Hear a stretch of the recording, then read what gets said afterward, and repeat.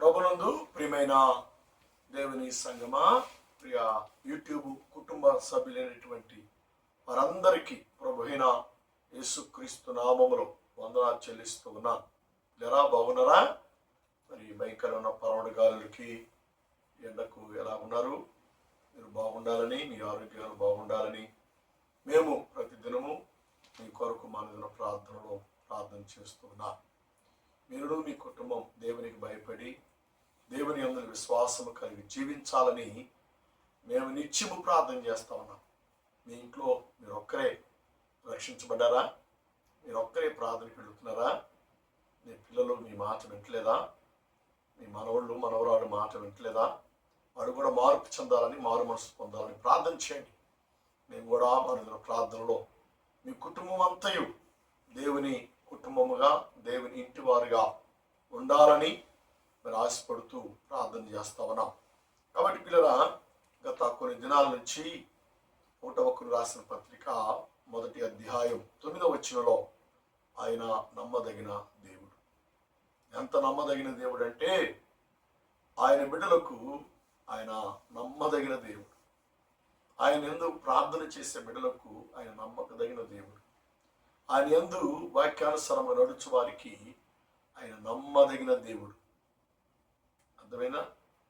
కాబట్టి ఇంత నమ్మకమైన దేవుడు, నమ్మదగిన దేవుడు మనకు దేవుడుగా ఉన్నందుకు ఆయనకి ఎంతో వందనాలు చెల్లించాలి. ఆయనకి నిజంగా మనం స్తుతులు చెల్లించే వారంగా ఉండాలి. ఆయన్ను కొనియాడే వారంగా ఉండాలి. ఆయన మయంపరిచే వారంగా మనం ఉండాలని దైవ గ్రంథంలో నుండి దేవుడు మనకు జ్ఞాపకం చేస్తున్నాడు. అందుకంటాడు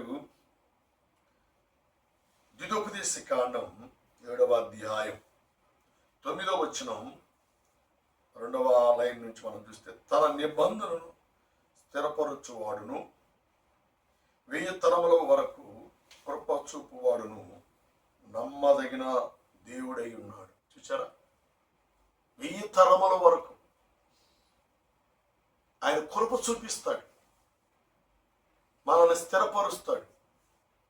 ఆయన మనకు నమ్మకమైన దేవుడిగా ఉంటాడు. కాబట్టి ఆయన మనం విడిచిపెట్టకూడదు. ఆయనకు మనం దూరంగా ఉండకూడదు. ఆయన సన్నిధికి దూరంగా ఉండకూడదు. ఆయన సహవాసానికి దూరముగా ఉండకూడదు. ఆయన భక్తికి దూరముగా ఉండకూడదు. అర్థమైందా? ఆయనలో స్థిరమైన వారుగా ఉండాలని దేవుడు మనతో మాట్లాడుతున్నాడు.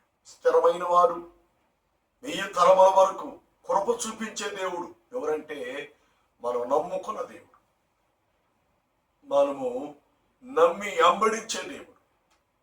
దేవునికి స్తోత్రం. పిల్లరా, మనలను ఆయన కృప చేత బలపరచువాడై ఉంటాడు. దేవునికి స్తోత్రం. హల్లెలూయా. పిల్లరా, నిజంగా నా కుటుంబ విషయాల్లో నేను చెప్పుకోవాలంటే, మా నాన్నగారు, మా అమ్మగారు నాన్న దేవుని సేవకుడు. మా తాతయ్యని బట్టి మా నాన్న రక్షించబడ్డాడు, దేవుని పరిచయం చేశాడు.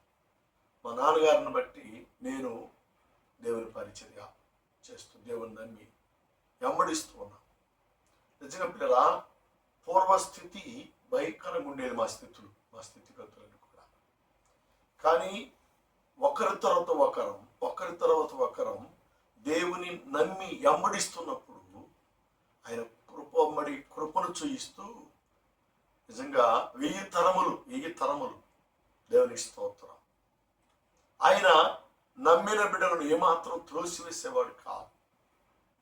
ఆయన నామములో మారు మనసు పొంది రక్షించబడినటువంటి వారిని ఆయన ఏమాత్రం కూడా నెట్టివేసేవాడు కాదు. బైబిల్లో చక్కని మాట రాయబడింది తెలుసా? ఆయన ఎప్పటికీ పిలుస్తున్నాడు, ప్రయాసపడి పాప భారం మోస్తున్న సమస్తమైన జనులారా, మీరు నా యొద్దకు రండి, మీరు నా దగ్గరికి రండి, నేను మీకు విశ్రాంతినిస్తాను, నెమ్మదినిస్తాను.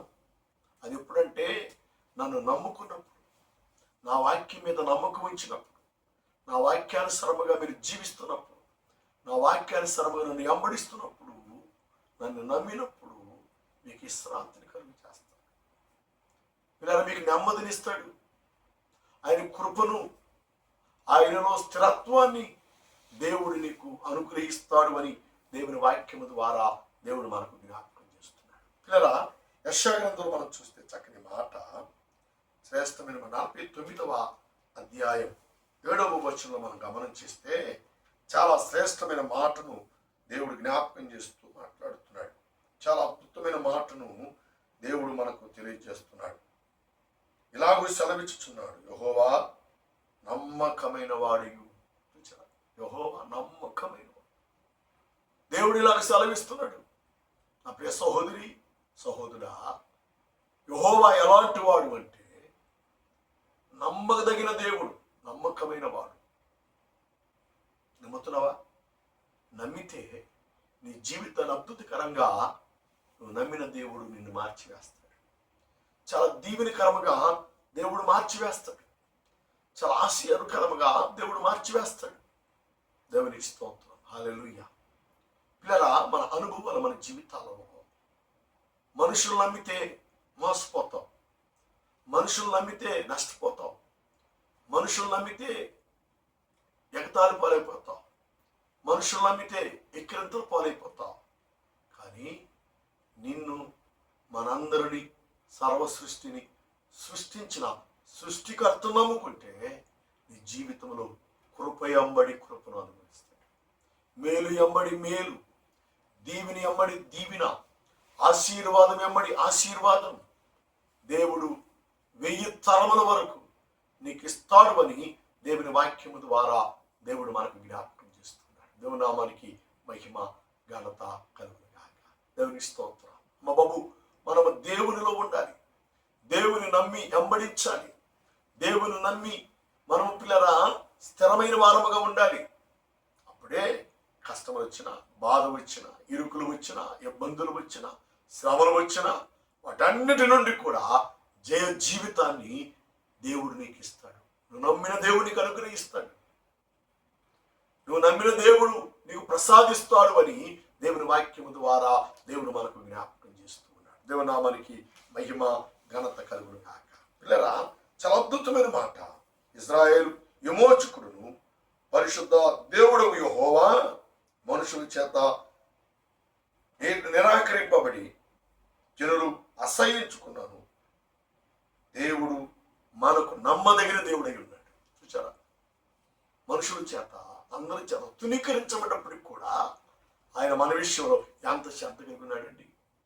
మనకి సహాయం చేసే విషయంలో ఎంత కృప కలిగిన వాడిగా ఉన్నాడండి. ఆయన మనము నమ్మినట్లయితే, ఆయన యందు మన విశ్వాసం వచ్చినట్లయితే మన జీవితాన్ని జయ జీవితముగా దేవుడు మార్చివేస్తాడు. ఆశీర్వాదకరముగా దేవుడు మార్చివేస్తాడు. దీవెనకరముగా దేవుడు మార్చివేస్తాడు. ఉన్నతమైన కృప చేత ఆయన మనల్ని బలపరిచి మనల్ని స్థిరపరుస్తాడు అని దేవుని వాక్యము ద్వారా దేవుడు మనకు జ్ఞాపకం చేస్తున్నాడు. కాబట్టి ప్రభునందు పిల్లరా, ఈ రాకడి దినాల్లో, ఈ అంచె దినాలలో, ఈ అపాయకమైన దినాలలో ప్రభు కొరకు మనం చేద్దాం. ప్రభువులో మన జీవితాన్ని సమర్పణ చేసుకుందాం. ప్రభువులో మన జీవితాన్ని అర్పించుకుందాం. దేవుని చిత్తానుసారమైన జీవితంలో మనము జీవించినట్లయితే నమ్మదగిన దేవుడు, ఆయన కృప 1000 తరముల వరకు, మా బాబు 1000 తరముల వరకు దేవుడు నీకు ఉంచుతాడు అని దేవుని వాక్యము ద్వారా దేవుడు మనకు జ్ఞాపకం చేస్తున్నాడు. అంత మాత్రమే కాదు, 1వ యోహాను రాసిన పత్రిక 1వ అధ్యాయం చాలా శ్రేష్టమైన మాటను దేవుడు జ్ఞాపకం చేస్తున్నాడు. 1వ అధ్యాయం 9వ వచనంలో మనం గమనం చేస్తే చాలా అద్భుతమైన మాటలు దేవుడు మనకు జ్ఞాపకం చేస్తున్నాడు. మన పాపములను మనము ఒప్పుకునే యెడల ఆయన నమ్మదగిన వాడు. చూసారా, మన పాపములు మనం ఒప్పుకుంటే, ప్రభువా నేను పాపిని, ప్రభువా నేను అతిక్రమములు చేసేవాడును, లోకానుసారముగా జీవిస్తున్నవాడును, దయతో నన్ను క్షమించు అని నువ్వు దేవుని దగ్గర ఒప్పుకుంటే బాబు ఆయన నీకు నమ్మదగిన దేవుడిగా ఉంటాడు. ఇవేమో దేవునికి ఇవ్వాల్సిన అవసరం, కొలుపులు కొలవాల్సిన అవసరం. అర్థమైందా? నీ తూనిక, నీ బరువు అంత బరువు దేవునికి ఏమి ఇవ్వాల్సిన అవసరం. నేను పాపిని ప్రభువా, నేను అతిక్రమములు చేశాను ప్రభువా, నీ వాక్యమునకు, నీ సన్నిధికి, నీ సహవాసానికి విరుద్ధంగా నేను జీవించాను ప్రభువా, దయతో నన్ను క్షమించని నీ నోటితో ఒప్పుకుంటే ఆయన నమ్మదగిన దేవుడై ఉండి నిన్ను స్థిరపరుస్తాడు, నిన్ను బలపరుస్తాడు. విశ్వాసములో బలమైన వ్యక్తిగా, బలమైన కుమార్తెగా దేవుడు నిన్ను స్థిరపరుస్తాడు. ఉన్నతమైన ఆశీర్వాదముల చేత నిన్ను ఆశీర్వదించు వాడుగా ఉంటాడు అని దేవుని వాక్యము ద్వారా దేవుడు మనకు జ్ఞాపకం చేస్తున్నాడు. సహోదరా, సహోదరి, దయచేసి చేతులు జోడించి ప్రభునామములు మనవి చేస్తూ ఉన్నాను. దేవుని నమ్మండి. దేవుని నమ్ముకుంటే సొమ్ము, నమ్మకపోతే దుమ్మైపోతావు. నమ్మితే సొమ్ము, ఆశీర్వాదాలు, దీవెనలు, కృప ఎంబడి కృప, మేలు ఎంబడి మేలు దేవుడిని కనుగొనిస్తాడు. అదే నమ్మలేదనుకోండి, దుమ్మైపోతావు, నరకానికి వెళ్ళిపోతావు, పాతాళానికి వెళ్ళిపోతావు. అలాగే వెళ్ళడం దేవునికి ఇష్టం కాకే ఈ యూట్యూబ్ పరిచర్య ద్వారా దేవుడు నీతో మాట్లాడుతున్నాడు. దేవుడు నిన్ను హెచ్చరిక చేస్తున్నాడు. నిన్ను మేలు కొలిపి ఆయన కుమారుడిగా, ఆయన కుమార్తెగా చేసుకోవడానికి ఆయన ఇష్టపడుతున్నాడు. అర్థవా? నిన్నోడితో పాపిని ప్రభువుని ఒప్పుకుంటావా? నా అతిక్రమములు తీసివే ప్రభువుని ఒప్పుకుంటావా? నా దుర్నీతిని, నా దుర్వ్యసనాలను తీసివే ప్రభువుని నోటితో ఒప్పుకుంటావా? ఒప్పుకుంటే ఆయన నేను ఆశీర్వదిస్తాడు. ఆయనను నీ ప్రియబిడ్డగా ఆయన నిన్ను చేర్చుకుంటాడు. ఆయన నమ్ముకుంటే ఉన్నతమైన స్థితిలో దేవుడు నిన్ను హెచ్చిస్తాడు అని దేవుని వాక్యము ద్వారా దేవుడు మనకు జ్ఞాపకం చేస్తున్నాడు. కాబట్టి నీ హృదయాన్ని ప్రభువుకు సమర్పణ చేసుకో. నీ మనస్సును దేవుని తట్టు చెప్పు. వాక్యమునికి స్థలం ఇవ్వు, వాక్యమునికి చోటు ఇవ్వు. వాక్య ప్రకారమైన మారు మనసు రక్షణ పొందు. దేవుని కుమారుడిగా ఆయన నమ్మి ఆయన వెంబడిస్తే ఇచ్చే రాజ్యానికి, పరలోక రాజ్యానికి వారసులుగా, హక్కుదారులుగా ఉంటారు అని ప్రభు పేరట ప్రభు నామములో మనవి చేస్తున్నాం. దేవుడి మాటను, దేవుడి హెచ్చరికలు, దేవుడి వాక్యాన్ని మనందరూ దీవించి ఆదరించి ఆశీర్వదించును గాక. ఆమేన్, ఆమేన్, ఆమేన్. ప్రార్థించేద్దాం. కృపామేడ, ప్రేమగల మా తండ్రి, ఇంతవరకు నీ వాక్యము ద్వారా, నీ మాటల ద్వారా మీరు మాతో మాట్లాడారు. అందుకే నీకు వందనాలు. ఎంతమంది వాక్యాన్ని నీరు కట్టండి, ఫలింపదయండి. వాక్యానుసారం నడిచినట్లుగా, జీవించినట్లుగా మీరు బలపరచండి. మీ కృపలో ఆదరించి కనికరించమని. అయ్యా, సర్వమానవాళి నువ్వే నిజమైన దేవుడిని నమ్మి నేను వెంబడించినట్లుగా ప్రభు అనేకులు మార్చండి, అనేకులు బిడ్డలుగా మీరు చేయమని, ప్రభులో బలపరచమని, తోడుగా ఉండమని, దీవించమని యేసును అడుగుచున్నాము తండ్రి. ఆమేన్.